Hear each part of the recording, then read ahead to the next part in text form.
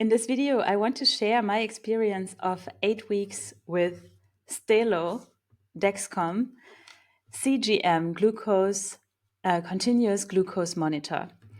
I would say in the past, 2 months, there was really noticeable an increase in interest in CGMs, and I kind of was one of the first here in my bubble to actually get this device. I want to share what I like, what I don't like, and why I'm still using it. So first off, and a few hacks and this and that I learned along the way. First off, Stelo, I think, was developed very purposefully to go towards a new niche of, let's say, advanced biohackers, people who are non-diabetic, that is very clearly stated, non-diabetic, that are not taking any insulin, but really want to understand their body and their glucose levels better. Because glucose is connected with long-term health conditions. And so navigating the world of glucose and understanding how glucose impacts your body and how to stabilize your glucose level is considered to be beneficial for longevity and overall health and well-being. I would say that Stelo and glucose monitoring, it's an advanced biohacking tool. You need to really love and like, getting data and working with this and figuring things out. So that's said up front. It is I would say, like, especially the first 2 weeks, but then let's say with a few hiccups, it really consumed a lot of time doing my own research. Maybe, more information will more easily get accessible over time. But at the moment, I really made time for this every day for the first 3 weeks. And I could see how I instantaneously made different food choices. That was very fast, but I could also see how it negatively affected me in a moment when I didn't know that I should not have trusted the numbers. So first off, this is the device as it comes and is shipped.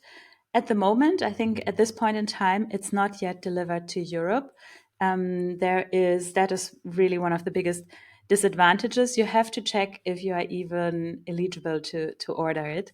And to my knowledge, in the European market, there is not yet a product out there that is really focusing on non-diabetic, health conscious beings. So I got this from the US. I'm using this in Europe, and the special hack is if your phone is registered with an American ID. So the App Store, for example, is registered with an American ID.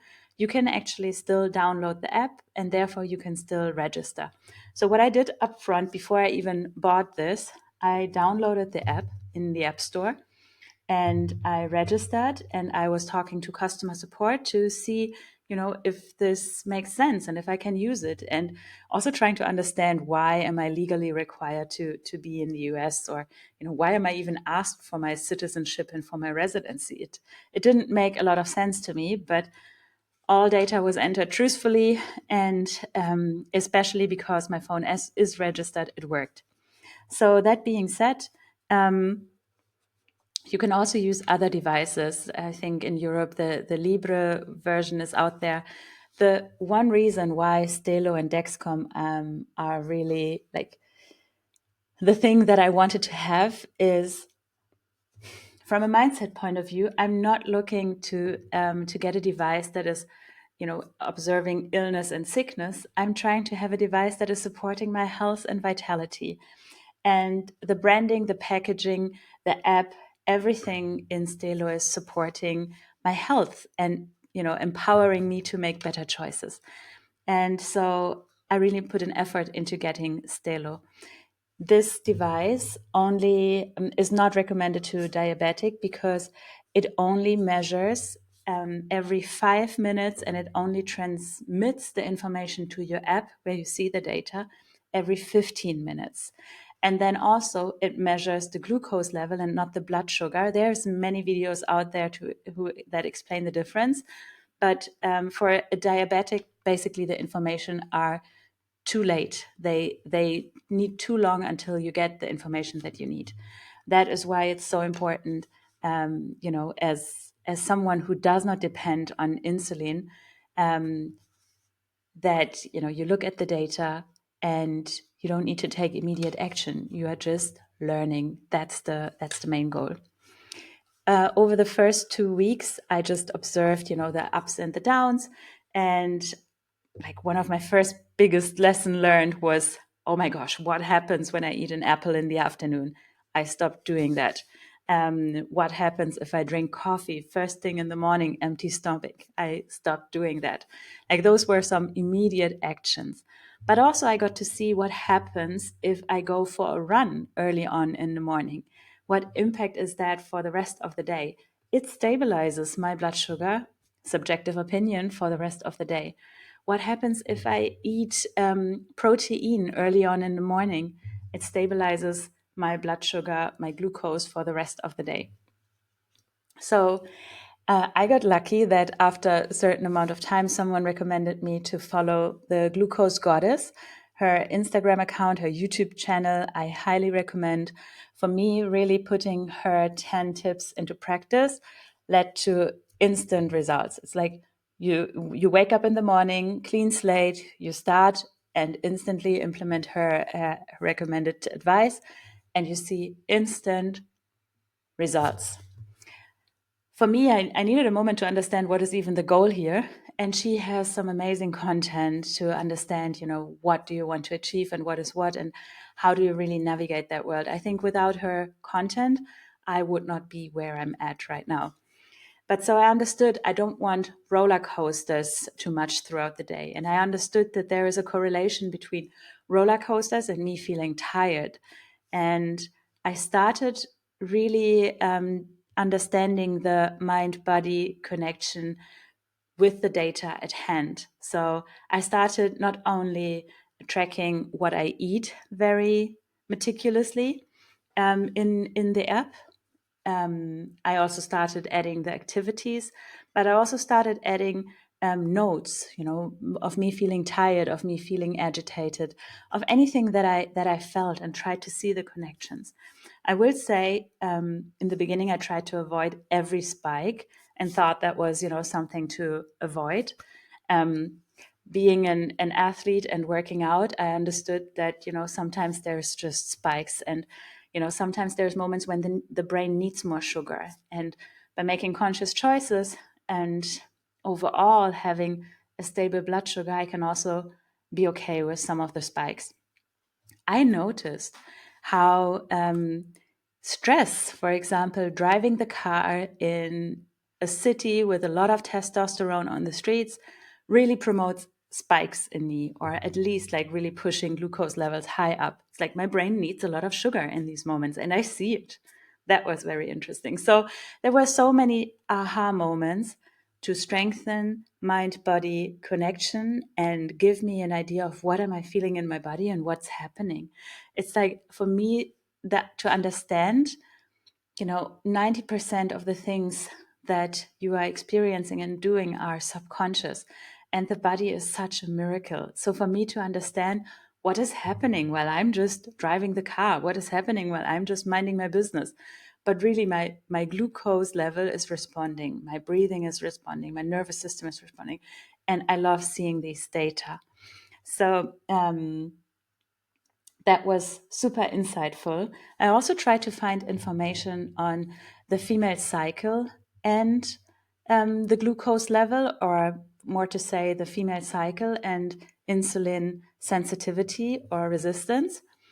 I could not find a lot of content on that, not even from the Glucose Goddess yet. So that was something where I feel like, ooh, that's an area to explore, because especially for the health conscious women that are out there trying to, bring the cycle more into their work and business life, to understand, what does certain food do to increase or to flatten the curve. Like, I think that's a very powerful thing. So I set myself up for a 3 month experiment where I really wanted to track, 3 cycles and see the patterns. I have not found a good online course or program or a script that would really guide me through that. I feel like, especially as a pioneer, as an early adopter, you need to do this work all by yourself. And I mean, it's a big market for people who are diabetic, who really depend on it. But it's not a big market of biohackers, and especially not of female biohackers who are really working with this. What I also didn't really like was that the Stelo is partnering with Aura, but not with Whoop. And I'm a huge fan of Whoop as a tracking device. And I considered switching to Aura just because of that. But still, that is something that I experienced 3 years ago. I don't want to have the Aura user surface. I find it intrusive. So I'm trying to weigh all the pros and cons and really hope that eventually Whoop will partner with some of the CGMs as well.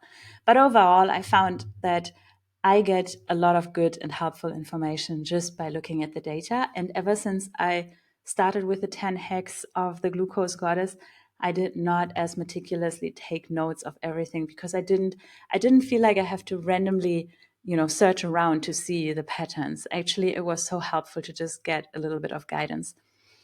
Another thing that really bothered me and led to this 1 week of overwhelm and potentially overeating was in week 3. I had just switched. So the device can be in your arm for up to 15 days, and then you need a new one. So I'm just about to put a new one on and throw the old one away. But so when I put on the second device, there is a recommendation to give it at least 12 hours calibration. So, okay, I did that. But then after 24, 48, 72, like for an entire week, I had the same error over and over again, which was that at nighttime, I showed signs of hypoglycemia, which means under the threshold glucose levels, under 70 mg DL. And even like to the way down to 39, like really low. And I was Googling, I was looking, I was asking GPT, I was looking at YouTube. I couldn't find any explanation for that. The only explanation I found that, sometimes when you lay on the side while sleeping and the pressure goes on the device, that might cause fault results. But what happened for me was it would be 10 p.m. I would go to bed, I would lay down, I would check the app to see my data, and it would already be below 70. And I had not even laid on that side. I had an experience where, during the day, everything made sense and looked somewhat good. And I went for a run. And, during the run, I stopped and I was under 70. And I'm like, what? I'm feeling great. I'm feeling good. Like, what's happening here? So for an entire week, I was under the impression that apparently in this phase of my cycle, this is what's happening. I'm just hypoglycemic. And I started, adding more small meals throughout my day to hopefully balance my blood sugar. And I was eating. It was be 10 p.m. and I would still be eating yogurt with honey. I considered setting an alarm in the middle of the night to check my level and see if I need to eat something. Because while I was doing this experiment, I was also increasing the intensity of my workouts. So, I knew there was some room for my body to adjust, and I wanted to make sure that I stay healthy and I work with this data. Looking back, I would say I have no clue what happened at that time, but I was always feeling good. I had the best sleeps. I felt well. I was running. I was doing the things. Any of the symptoms that are attached with hypoglycemia did not happen. So I feel it was, something in the device that was faulty and not working well. And it was very easy to get a replacement. With Stelo, it's like a standard form that you fill out, asking you 10 questions, and it's really like check the boxes kind of questions. And then they send you a replacement within the US. And that was fast, speedy, easy. However, I'm now on my third device. Third one is coming to an end. And also with the third device, I have hypoglycemic nights, up to 5 hours. And so, it was very stressful for me to not get the information that I need. I mean, that is part of being a biohacker and front runner and trying out things early on and exploring. We are just new to the age really of AI supported owning your own health and figuring these things out. So I also want to own my responsibility of not creating drama for other people in that. But I was just like, what to do, how do I navigate the situation? And it took me quite a while to come up with the idea. So here we go, here's the idea. Obviously, you can do a double check. You can get a device to measure the blood sugar, and this is what I did. I got some lancetas, something to prick. I got some stripes to measure, and I have a device. And this is only very recent. I will do that. I do want to emphasize I have not yet tried that comparison, but I do know there's a sensitivity as to that device has a time delay versus the blood is being on the spot. So I have to calculate for the time delay.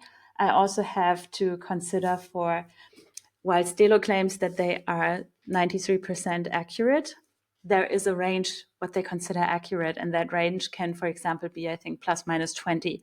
So within that range, I will be totally happy. I think I will find out if I'm, at 40, or if I'm at 40 and this confirms that I'm hypoglycemic. I have not yet found any information on actually, matching the hypoglycemic data, but feeling very good. Wherever I looked, it would always be like, go check a doctor, but I'm not feeling sick. So this is going to be my next adventure. One last, no, let's see, two more hacks. I'm a regular swimmer. I'm in the water every day, so I needed to find a solution to protect this device of water. You can shower. You can also, be with water. It will just increase the risk of you losing the device, of it not lasting as long. And I really, this is a pricey thing.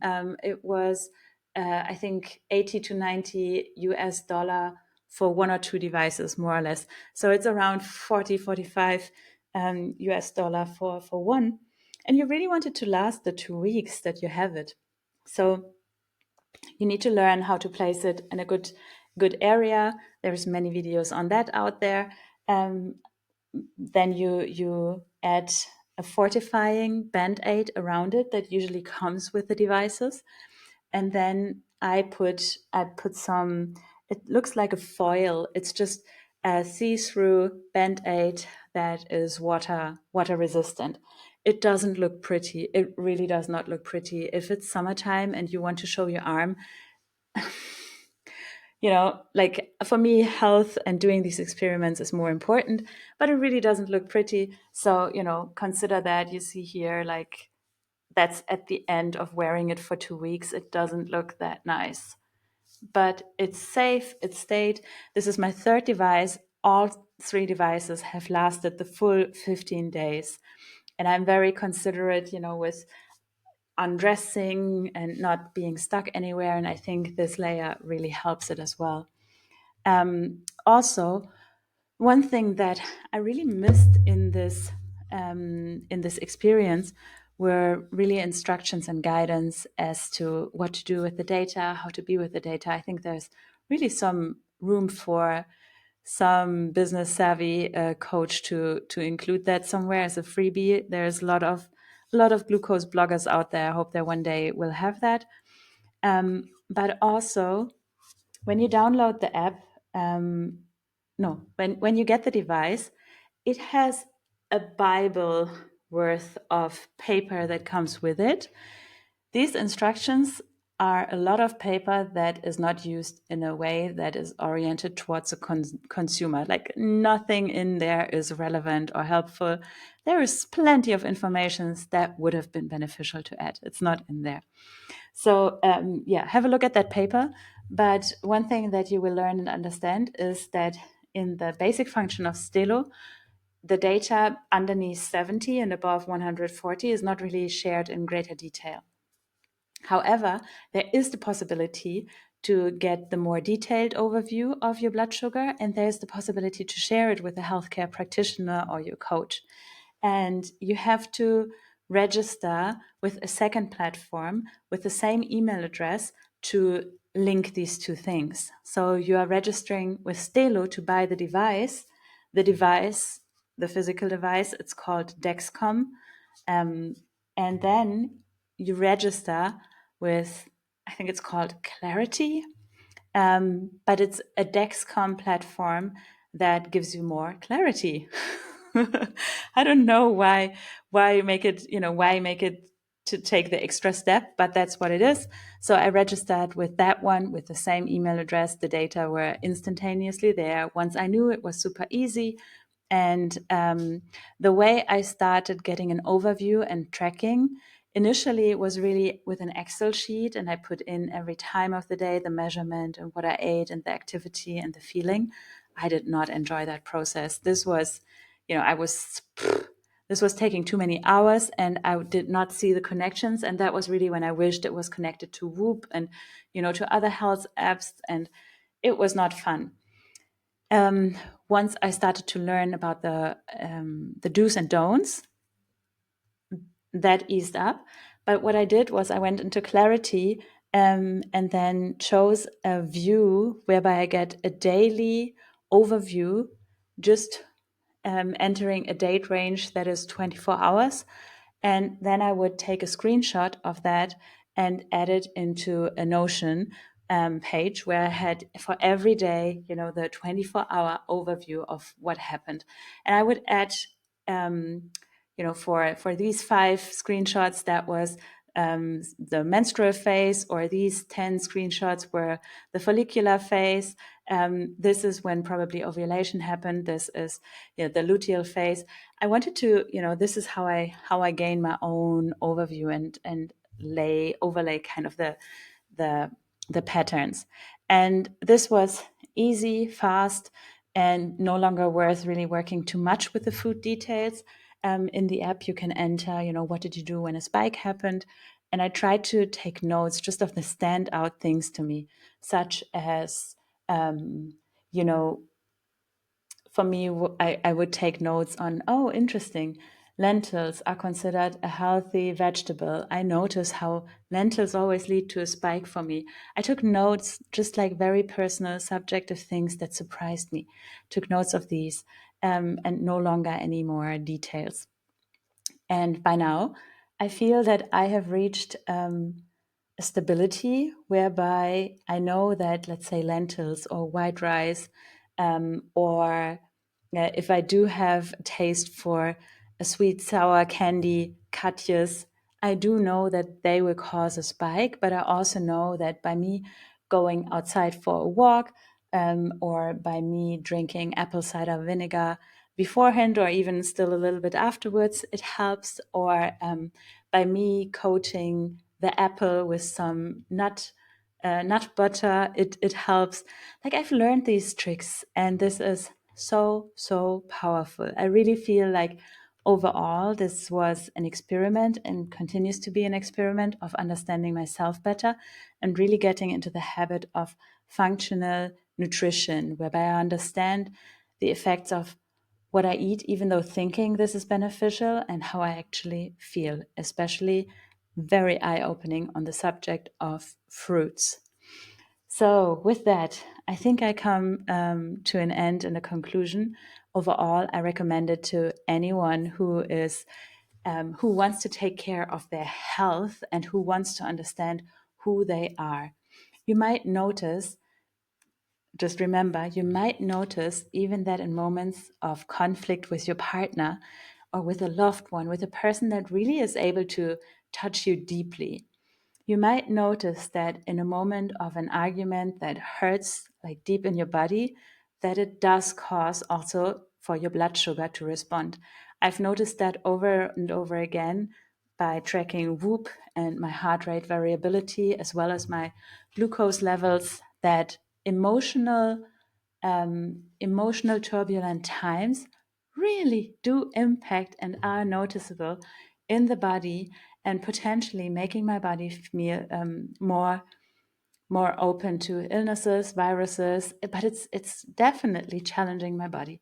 I'm not saying it's bad. I'm just saying it's so interesting to be aware of it, and that is a motivation to learn to regulate your nervous system, take care, and get better at these things. So I hope this was helpful, and I don't have a referral link. If you like it, get it. If you have something to add, put it in the comments. I am a relationship coach. So for me, these things, I always put them in the context of relationships, as you've just heard. So if you are interested in elevating your love and your relationship, and you are a biohacker and you are into these things, athlete mindset, you want to not just have a good enough relationship, but really like the 10x kind of love, like I might just be your person, because we are going to work with all the data that is available, really rewiring your brain to 10x your love. Take good care of yourself and see you soon.